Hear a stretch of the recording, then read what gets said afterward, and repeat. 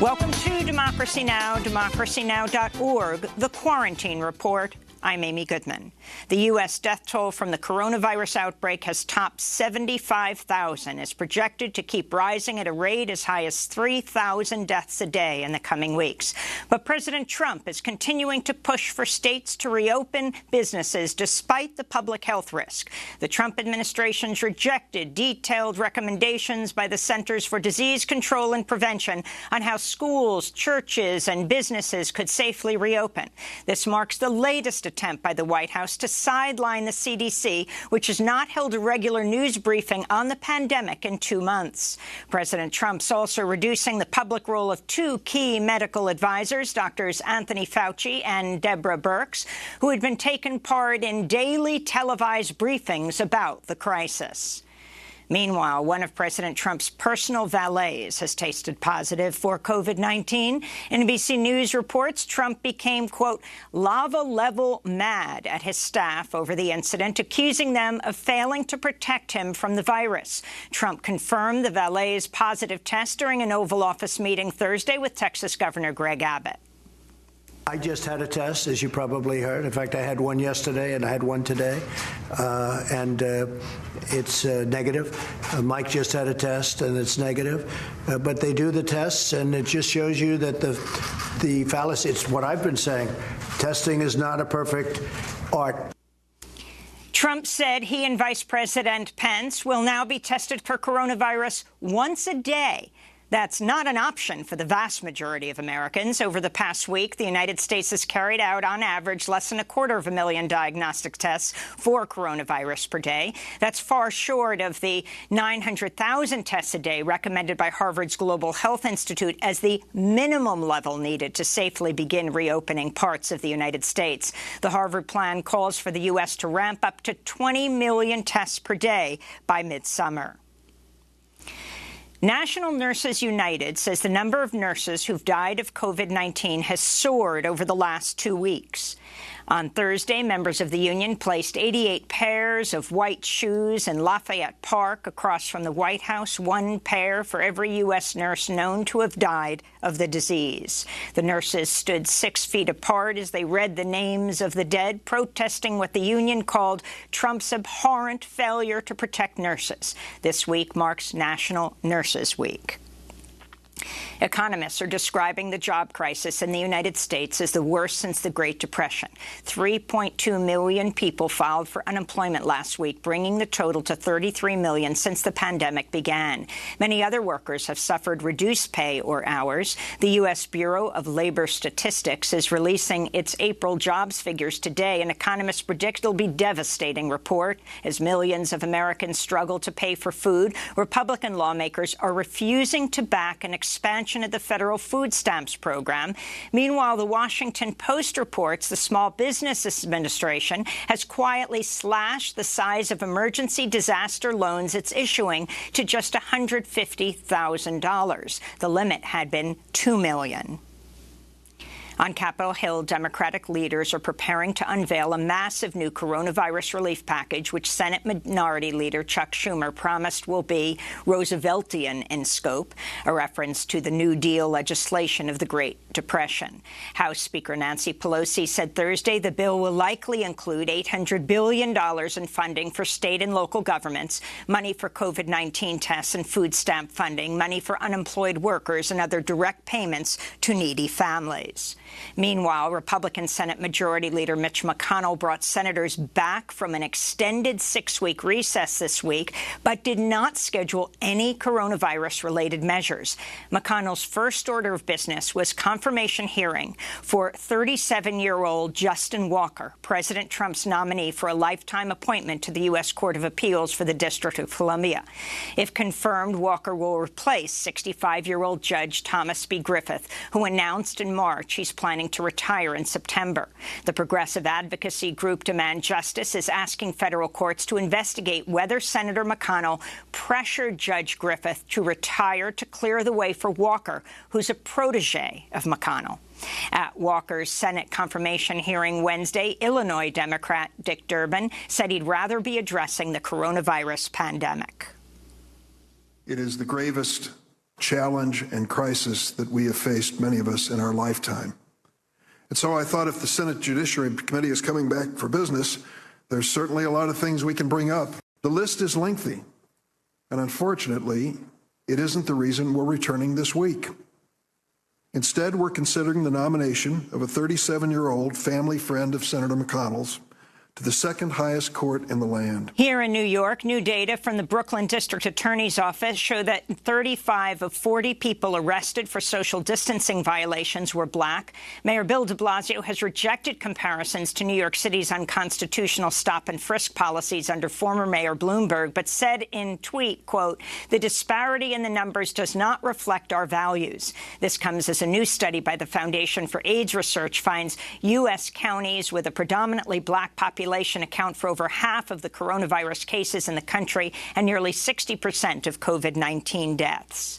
In Texas, Republican Governor Greg Abbott has removed jail as a form of punishment for people who violate coronavirus restrictions. This comes after the Texas Supreme Court ordered the release of a salon owner in Dallas who was arrested for reopening her business violating Texas lockdown rules. In Nebraska, local health officials have been banned from reporting on COVID-19 data from meat processing plants. Republican Governor Pete Ricketts said Wednesday the state will no longer release the numbers, arguing it's a matter of worker privacy. Meat processing plants are home to some of the largest coronavirus hotspots in the country, with thousands of confirmed cases and at least 20 deaths tied to meat plants. In Georgia, the two white men who were caught on camera shooting and killing Ahmaud Arbery, an unarmed 25-year-old African-American man, in February, were arrested and charged Thursday with murder. The arrest came 2 days after the video was shared with the public, sparking widespread outrage. Gregory McMichael and his son Travis were both charged with murder and aggravated assault and booked in Glenn County, Georgia, where the killing took place more than 2 months ago. The video was filmed by a third white man, William Bryan, who is Travis's neighbor. Bryan has reportedly also been charged but has not yet been arrested. Today would have been Ahmaud Arbery's 26th birthday. After headlines, we'll speak with Arbery family attorney Benjamin Crump. The Justice Department has dropped charges against President Trump's disgraced former National Security Advisor Michael Flynn, even though Flynn twice pled guilty to lying to the FBI about his communications with the Russian ambassador to the United States. Attorney General Bill Barr called the move an easy decision. He spoke with CBS reporter Catherine Herridge. When history looks back on this decision, how do you think it will be written? Well, history is written by the winner, so it largely depends on who's writing the history. California Congressmember Adam Schiff, the Democratic chair of the House Intelligence Committee, tweeted, "Flynn pled guilty to lying to the FBI about his illicit Russian contacts. His lies do not now become truths. This dismissal does not exonerate him, but it does incriminate Bill Barr in the worst politicization of the Justice Department in his history," Schiff said. The Supreme Court has overturned the convictions of two senior aides to New Jersey's former Republican Governor Chris Christie over the infamous Bridgegate scandal. In 2016, Bridget Ann Kelly and Bill Baroni were convicted of conspiring to create a traffic jam to punish the mayor of Fort Lee for declining to endorse Christie's gubernatorial re-election bid. Christie denied involvement in the plot. On Thursday, Supreme Court justices ruled unanimously that although Christie's aides engaged in deception, corruption, and abuse of power, they did not violate federal wire fraud statutes. Chris Christie is a close ally of President Trump. He made headlines this week when he urged Americans to return to their jobs despite the raging coronavirus pandemic, saying, quote, "There are going to be deaths no matter what." He was speaking to CNN's Dana Bash. We sent our young men during World War II over to Europe, out to the Pacific, knowing that many of them would not come home alive. And we decided to make that sacrifice because what we were standing up for was the American way of life. In the very same way now, we have to stand up for the American way of life. The British government reports black residents of England and Wales are more than 4 times as likely to die of COVID-19 than white residents, while people of South Asian descent are up to 80% more likely to die of the disease. The findings mirror racial disparities of COVID-19 deaths in the United States.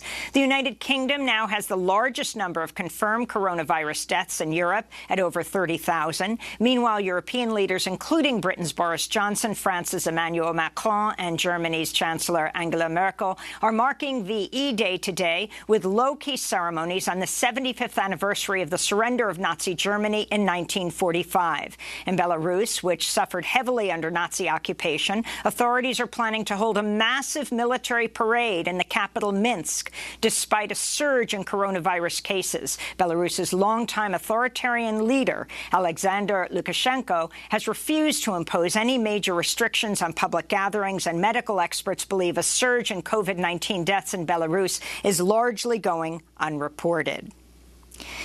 Back in the United States, Tara Reid has called on Democratic presidential candidate Joe Biden to drop out of the race. Reid's accused Biden of sexually assaulting her 27 years ago while she worked as his aide in his Senate office.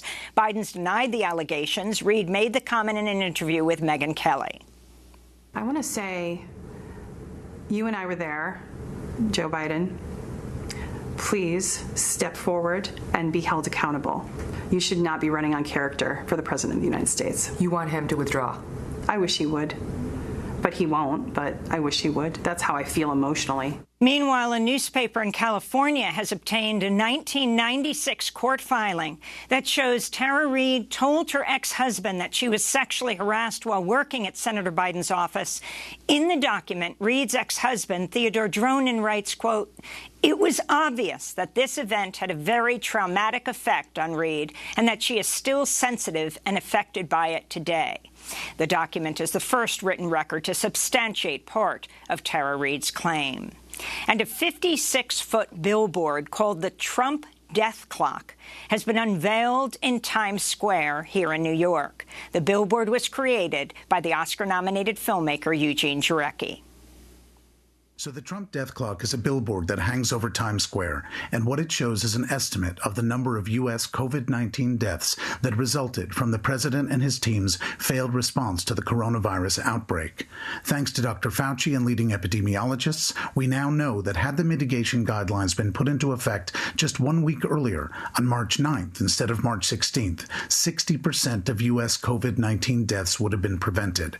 That's an incredible number, and on behalf of all those who needlessly lost their lives to this failed leadership in a pandemic, we need a symbol that cries out not only for accountability, but also for more responsible and responsive stewardship going forward. At the time of this broadcast, the Trump death clock stands at 46,485 and growing. And those are some of the headlines. This is Democracy Now!, democracynow.org, The Quarantine Report. I'm Amy Goodman.